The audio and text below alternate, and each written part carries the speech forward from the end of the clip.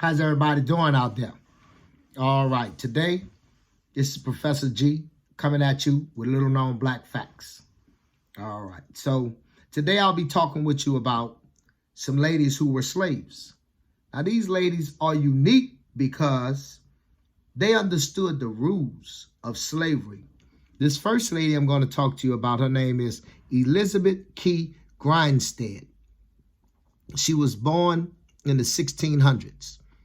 And around 1630, she sued the courts, exactly where it's not really registered, but she sued the courts and for her freedom. And her grounds were, number one, her father was an Englishman, and the rules were, if you had English blood in you, then you couldn't be a slave. Also, it was a rule, if you converted to Christianity, then you couldn't be a slave. So she had two things going for her. So she petitioned the court with her claims, and she won her freedom for not just herself, but for her son. Now, this is an extraordinary feat. A lot of Christians gonna get all in the uproar out there and want to contact me saying, whatever, because your ox got gored. Listen, the fact of the matter is, the 14, the 15, the 1600s, people with pigmentation in their skin were adopting Christianity, which was not their religion, but it was a way to stay safe from slavery, because the rules were that they were not making slaves out of Christians. So that's why black people did it. Okay, now we move on to a Miss Elizabeth Freeman. Now, Miss Freeman, she was operating around the 1700s. And she's another black woman who sued in court for her freedom, okay, and won it. Now, you have to understand something. These are two slaves that I just talked to you about. Now one of these ladies could read. Now one of these ladies could write. So imagine the intelligence they must have had to have in order to pay attention and learn by ear.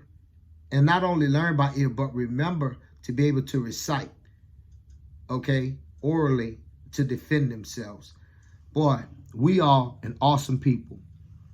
And I move on because I got little treats for you here. I move on to Hannah and Pete Bryan. Now, they had 4 children, and there were some other adults that was with them, but history doesn't record those adults.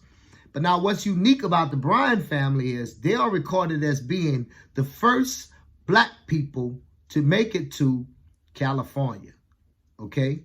First, they made it to Berkeley, and they're credited with being the first black people in Berkeley, but also the first black people in California. So, I think that's a great feat right there. And last but not least, we're going to talk about Miss Margaret Gardner. Now, if you've been following along with my little known black facts, you've noticed that even though these people are great in history, they met tragic ends. And these people that I have focused on today have all operated under the guise of slavery. So now Miss Gardner, also known as Peggy, as she was called, she was a slave. But what she's renowned for is because when she had a baby, she would kill it to keep it from going into slavery. Now, you have to question, was she right or was she wrong?